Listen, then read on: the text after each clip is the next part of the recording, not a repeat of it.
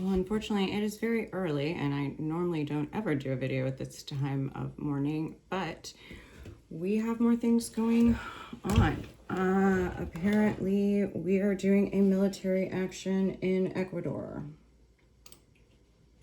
The US has opened a campaign on another front against Ecuadorian drug cartels. The country's become a hub for moving cocaine to the US and Europe. In video released from the US Southern Command, this helicopter appears to be picking up soldiers during this long-running operation. US authorities didn't confirm to us if the country's troops actively participated or just advised Ecuadorian special forces. These joint operations really mark the expansion of the US's efforts to stop drug trafficking from South America. Americans don't have health care in this country. They're about to cut whatever health insurance people have. Many people are probably going to die. People can't buy food. People can't afford to buy property. We are living under a regime, but we've got military operations in Ecuador. We have a full-scale war in Iran. And there's nothing happening for the American people except for great suffering. And DHS and ICE still taking people in Minneapolis. That is still going on. I know that we're not focused on Minneapolis, but the reason I want to discuss this is with what's going on in Ecuador is that all this country is doing is terrorizing people. So I follow Emin Angry Man, and this is his update as of March 4th. Some of the ICE action in Minnesota that's still going on. I went to the No War protest down in Minneapolis this evening, and then when I was done there, I stopped out at Whipple for a little bit, about an hour or so, and I talked to some of the people that were still out there from earlier in the day. And there's a gentleman out there who's out there all the time, and he documented 75 vehicles leaving the facility. These are agents, because he said every single one was masked up. There are some other people that work in the Whipple building that are not agents, that are not masked up. And actually, when a lot of those people leave, they're holding up anti-ICE signs and stuff like that in their vehicles. So anyway, he counted 75 vehicles that were definitely ICE agents in 1 hour. That doesn't sound like a drawdown to me.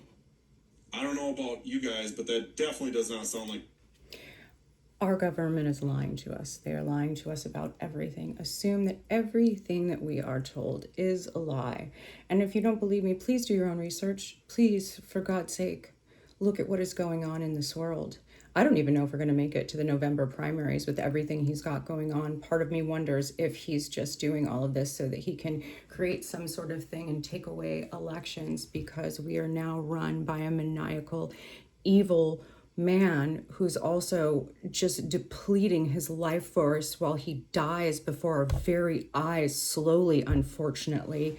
And then what do we have hope with? His entire regime is filled with criminals. Beyond that, AIPAC has bought every single one of our politicians, Democrat, Republican. It doesn't matter. There are very few politicians right now that can be trusted. Now, the guy that won in Texas, oh my God, what is his name?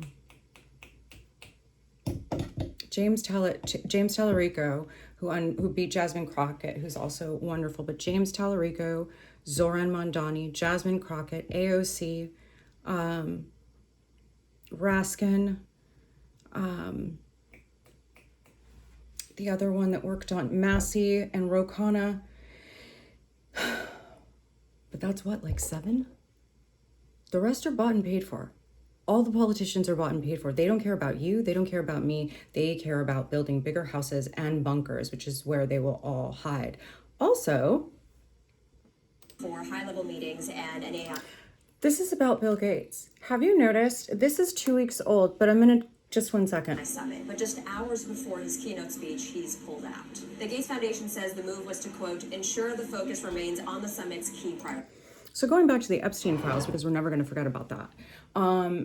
That's the other weird thing. So Bill Gates, gone. No one really knows where he is. I do know that he has 11 underground bunkers. But he's gone. I mean, he did admit to wrongdoing with prostitutes from Epstein. I think there was quite a bit more than that. I think that man is disgusting, and I think way beyond the PDF file business. So, again, we are ruled by disgusting people. We need to take this country back, folks. It just disappears more and more every day.